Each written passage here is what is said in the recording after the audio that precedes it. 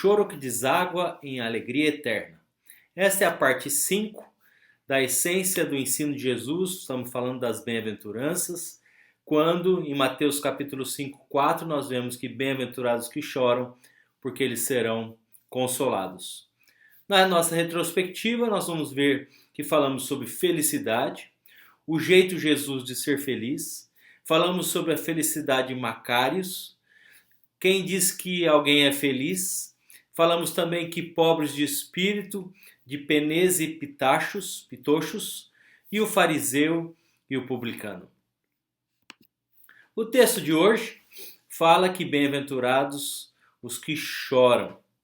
Nós podemos afirmar sem problema que essa bem-aventurança é o maior paradoxo. Como assim bem-aventurados felizes os que choram? Seriam os felizes ou os infelizes? Mas que espécie de tristeza é essa que produz felicidade? A palavra que Jesus usa aqui é bem-aventurados os que choram, para definir a palavra choro, que significa lamento, prantear pela morte, choro de luto, choro doído, profundo. Não é um choro epidêmico, raso, mas é um choro profundo. Este termo é para descrever dor e sofrimento. Essa palavra é mesmo usada em Gênesis 37, 34, que fala da dor de Jacó quando recebeu o manto rasgado do seu filho José, que na sua cabeça seu filho tinha sido morto por um animal, por uma besta fera. Então ele rasga sua roupa, ele se cobre de pó e ele pranteia por muitos dias por seu filho. É essa tristeza, é essa dor que o texto está nos querendo dizer. Por quais motivos nós choramos hoje? Nós choramos pelo luto de alguém que nós amamos, nós choramos por dor física, choramos por decepção, choramos de desespero, choramos de saudade, choramos de comiseração e compaixão por alguém, choramos de solidão, choramos pela depressão e choramos pelo amor também. São muitas as causas que nos levam às lágrimas. Mas Jesus está aqui tratando de um tipo de choro, que ele diz que felizes os que choram, e faz uma promessa dizendo que aqueles que choram serão consolados. O que esse choro significa? Não é um choro carnal, ou seja, aquela situação em que Aminon se apaixona por Tamar, em 2 Samuel capítulo 13, que Tamar era sua irmã, e ele não poderia possuí-la ou casar com ela, porque a lei impedia o casamento entre irmãos. Então, ele fica muito angustiado. Muitas vezes ele deve ter chorado porque ele não poderia ter a sua irmã por esposa. Não é um choro carnal. Esse choro também não é um choro de remorso, desespero. Pense em Judas Iscariotes. Ele reconheceu o erro dele? Sim. Ele confessou o pecado dele? Confessou. Ele devolveu as 30 moedas de prata que recebeu para trair Jesus? Devolveu. Ele fez uma defesa de quem ele traiu, dizendo que ele era inocente? Ele fez. Isso está no Evangelho de Mateus, capítulo 27, nos versos 3 a 10. A tristeza dele não foi, na verdade, uma tristeza plena de arrependimento. Ele chorou muito mais pelas consequências do seu pecado do que seu próprio pecado em si. Terceiro, também não é um choro de medo das consequências que eu faço. Às vezes nós choramos como aquele ladrão que é pego com as mãos na boca da botija. Ele chora não porque estava roubando, ele chora porque a polícia o pegou roubando. Isso não é choro de arrependimento. Quando você vê Davi sendo confrontado pelo profeta Natã, ele não orou assim: a espada está sempre diante de mim, o juiz de Deus está sempre diante de mim. Não, o meu pecado está sempre diante de mim. Pequei contra Deus, pequei contra ti somente. É essa consciência. O pecado é maligno e nos leva a esse choro que desemboca numa consolação eterna, confissão do pecado. Também não é um choro teatral. Lembra dos fariseus quando eles se mostravam tristes, abatidos? Eles queriam que as pessoas vissem e o seu coração estava completamente seco. Em Marcos 7,6 diz que eles estavam longe, o coração deles estava longe. Não é o choro de teatro, a cena para impressionar as pessoas, que visa convencer as pessoas à nossa volta que somos espirituais. Não é esse choro também. Mas que choro é esse? É um choro espontâneo. Lembra da mulher que se prostra aos pés de Jesus e depois chora e enxuga os pés de Jesus com os seus cabelos? Aquela mulher ali trazendo à tona o seu pecado, despejando a sua alma, regando os pés de Jesus com o seu choro e lágrimas. Lágrimas que são resultado de um amor profundo e verdadeiro ao Senhor Jesus.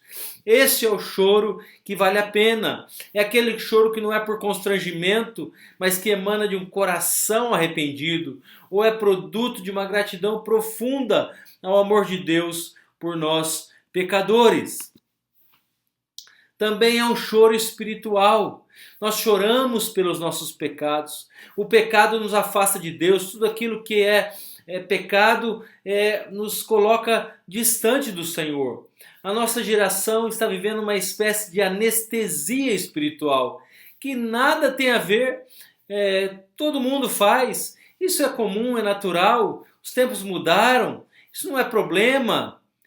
De repente, nós vamos criando mecanismos de autoconhecimento de aquilo que nós estamos fazendo e não é mais pecado. É natural, é normal, todo mundo faz. Nós já fazemos e não sentimos culpa mais. Nós já praticamos e a dor da consciência não existe mais. Não porque o pecado não existe, mas é porque a nossa mente está enfraquecida. Já criamos uma couraça de proteção em que nada mais nos abala. Também é o choro pelo pecado. Devemos chorar pelo pecado, porque o pecado nos priva das coisas mais excelentes. O pecado nos livra do maior bem, que é a comunhão com Deus. Quando você chora diante do Senhor, você se coloca na presença do Senhor, você é perdoado. Você pecou e gerou tristeza, angústia, pesar. A primeira coisa que você nota é que o seu relacionamento com Deus foi rompido. Então, é um choro pelo pecado, é você se arrepender. Deus precisa nos dar lágrimas para chorar pelos nossos pecados. Também é um choro de quebrantamento. Esse choro de pecado deve ser um choro de quebrantamento. O coração duro e insensível não se inclina. Deus fala e você não escuta e não obedece, não se acerta, é teimoso, não fala com Deus, Deus fala e não quer ouvir, é como uma chuva em cima da pedra que não amolece. A nossa natureza, ela é difícil e nós precisamos do agir de Deus na nossa vida para a gente se humilhar, se quebrantar, confessar os nossos pecados, porque as pessoas não abominam o pecado, mas as pessoas hoje têm aplaudido o pecado, glorificam o pecado, mas não é isso que o Senhor espera de nós. Como que deveria ser o nosso choro pelo pecado? Eu deveria chorar por mim mesmo, sim, confessar os meus pecados, mas também orar pelos outros, pedir perdão pelos pecados dos outros, como fez Daniel. Ele disse, olha, o nosso povo tem pecado, a nossa estrutura está abalada porque nós pecamos.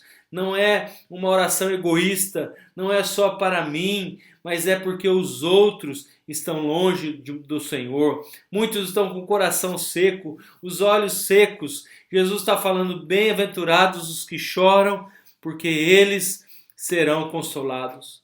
Quais deveriam ser os motivos que nos levam às lágrimas? Primeiro, o choro pelo pecado é o melhor uso das lágrimas. Segundo, o choro pelo pecado é uma evidência da graça de Deus. Terceiro, o choro pelo pecado é precioso. Quando a Bíblia fala de Jacó, diz que Jacó orou e chorou e prevaleceu com Deus e com os homens. Ele lutou com Deus e prevaleceu.